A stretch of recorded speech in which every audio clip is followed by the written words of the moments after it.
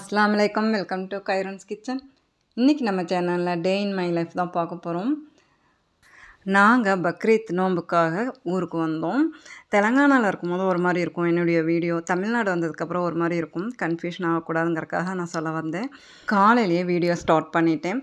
ஃபஜர் தொழுத உடனே கிச்சனுக்குள்ளே வருவேன். கிச்சனுக்குள்ளே வந்த உடனே இந்த விண்டோ ஓப்பன் பண்ணுறது தான் என்னுடைய முதல் வேலையாக இருக்கும். ஏன்னு கேட்டிங்கன்னா பாசிட்டிவ் எனர்ஜி எனக்கு இந்த ஜன்னல் வழியாக நிறையவே வரும்.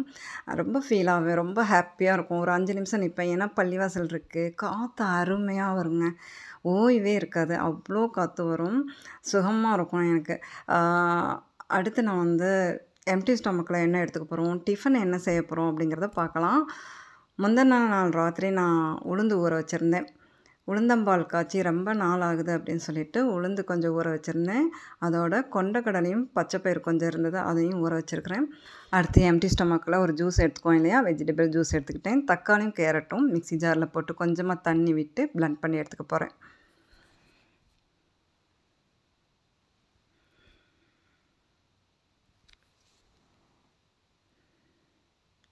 பிளெண்ட் பண்ணி எடுத்து ஃபில்ட்ரு பண்ணி இதில் கொஞ்சம் தேனும் விட்டுக்க போகிறேன். தேனோடு சேர்ந்து எலுமிச்சம்பழச்சாறும் விட்டுக்க போகிறேன். இந்த ஜூஸ் எப்படி இருந்தது தெரியுங்களா? இனிப்பும் புளிப்பும் கலந்த ஒரு சுவை, அருமையாக இருந்தது. நான் ரிப்பீட்டடாக சொல்கிறது உங்களுக்கு ஒரே ஒரு விஷயந்தான். எம்டி ஸ்டொமக்கில் நாம் எடுத்துக்கிறது இந்த மாதிரி வெஜிடபிள் ஜூஸ் அல்லது ஃப்ரூட் ஜூஸ் அல்லது வெஜிடபிள் சூப்பு அந்த மாதிரி எடுத்துக்கிட்டோம் அப்படின்னா கேஸ் ட்ரபிள்லேருந்து நம்மளை பாதுகாத்துக்கலாம். நாங்கள் எம்டி ஸ்டொமக்கில் இந்த ஜூஸ் எடுத்துக்கிட்டோம். அடுத்து 1 ஹவரில் உளுந்தம்பால் ரெடி பண்ணேன். தேங்காய், இஞ்சி, ஏலக்காய் இதெல்லாம் போட்டு நல்லா கொஞ்சம் தண்ணி விட்டு அரைச்சி ஃபில்ட்ரு பண்ணி எடுத்துக்கிட்டேன். பால் எடுத்து வச்சுருக்கேன். தேங்காய் பாலும் ரெடி பண்ணி வச்சாச்சா. அடுத்து உளுந்தையும் இதே ஜார்லேயே அரைச்சி எடுத்துக்க போகிறேன்.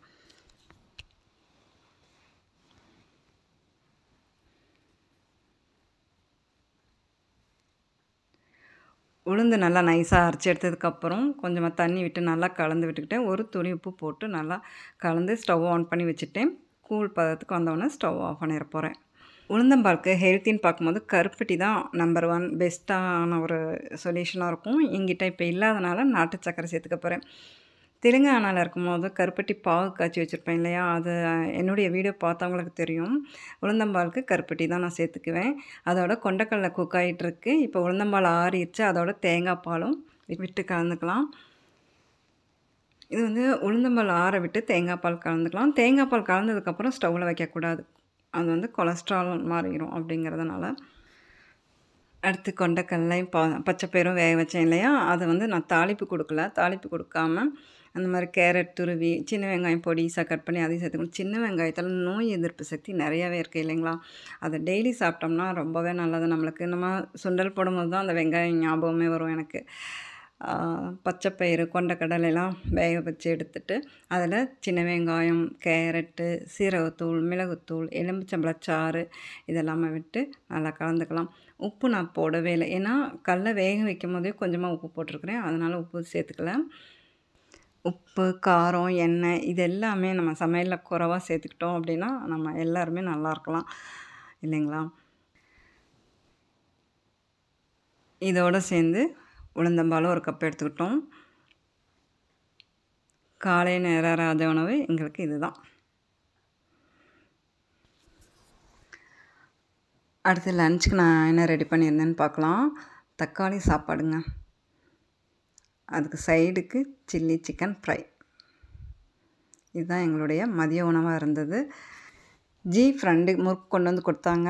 முறுக்கு வந்து கீரனூரில் ரொம்பவே ஸ்பெஷல். அதில் எள்ளு போட்டு முறுக்கு சுட்டு எடுப்பாங்க, மிளகு போட்டு முறுக்கு சுட்டு எடுப்பாங்க, கடலப்பருப்பு இதெல்லாமே போடுவாங்க. ஆனால் ரொம்ப நல்லாயிருக்கும். நாங்கள் எப்போவும் ஊருக்கு வந்தாலுமே தெலுங்கானா போகும்போது வாங்கிட்டு போவோம். இதில் 2 வேறு காலி ஆயிடுச்சு, நான் தான் சாப்பிட்டேன். அன்ஹெல்த்திங்கிறதுனால இப்போ குறைச்சிக்கிட்டோம். அடுத்து ஈவினிங்க்கு ஒரு ஸ்நாக்ஸ் செய்யலாம் அப்படின்னு சொல்லிட்டு உளுந்தம்பருப்பு 1/2 கப் எடுத்துருக்கிறேன். உளுந்தம்பருப்பும் கடலப்பருப்பும் சேர்த்து வடை போடலாம் அப்படின்ட்டு 1/2 கப்பு உளுந்து, 1 கப்பு கடலப்பருப்பு எடுத்துக்க போகிறேன். இது ஒரு 3 மணி நேரம் தண்ணி விட்டு நல்லா ஊற வைக்கணும். 3 மணி நேரம் ஊறினதுக்கப்புறம் மிக்ஸி ஜாரில் இதை அரைச்சி எடுத்துக்க போகிறேன். ரொம்ப நைஸாகவும் இல்லாமல் ரொம்ப கொரகொரப்பாகவும் இல்லாமல் மீடியமாக நல்லா அரைச்சி தண்ணி கொஞ்சமாக விட்டு அரைச்சி எடுத்துக்கலாம். இந்த மாதிரி அரைச்சி எடுத்ததுக்கப்புறம் ஒரு பவுலில் சேர்த்துக்கலாம். அரைச்சி எடுத்து இந்த உளுந்து கடலப்பருப்பில் வெங்காயம், ஒரு பெரிய வெங்காயம் பொடிசாக கட் பண்ணி சேர்த்துட்டு அதோட பச்சை மிளகா, இஞ்சி துருவினது, கருவேப்பிலை, மல்லித்தழை, அதோட ஓமம், கொஞ்சம் உப்பு, மிளகாய்த்தூள் இதெல்லாமே சேர்த்துட்டு நல்லா கலந்து விட்டுக்கலாம். நல்லா கலந்து விட்டுட்டு ஆயில் ஹீட் ஆனதுக்கப்புறம் சுட்டு எடுக்க வேண்டியதாங்க.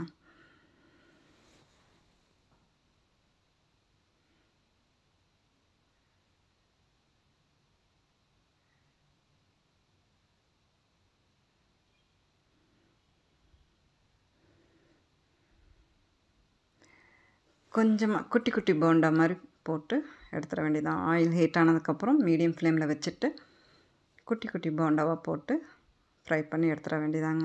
இதுக்கு சைடுக்கு சட்னி இருந்தால் தான் சாப்பிட முடியும்.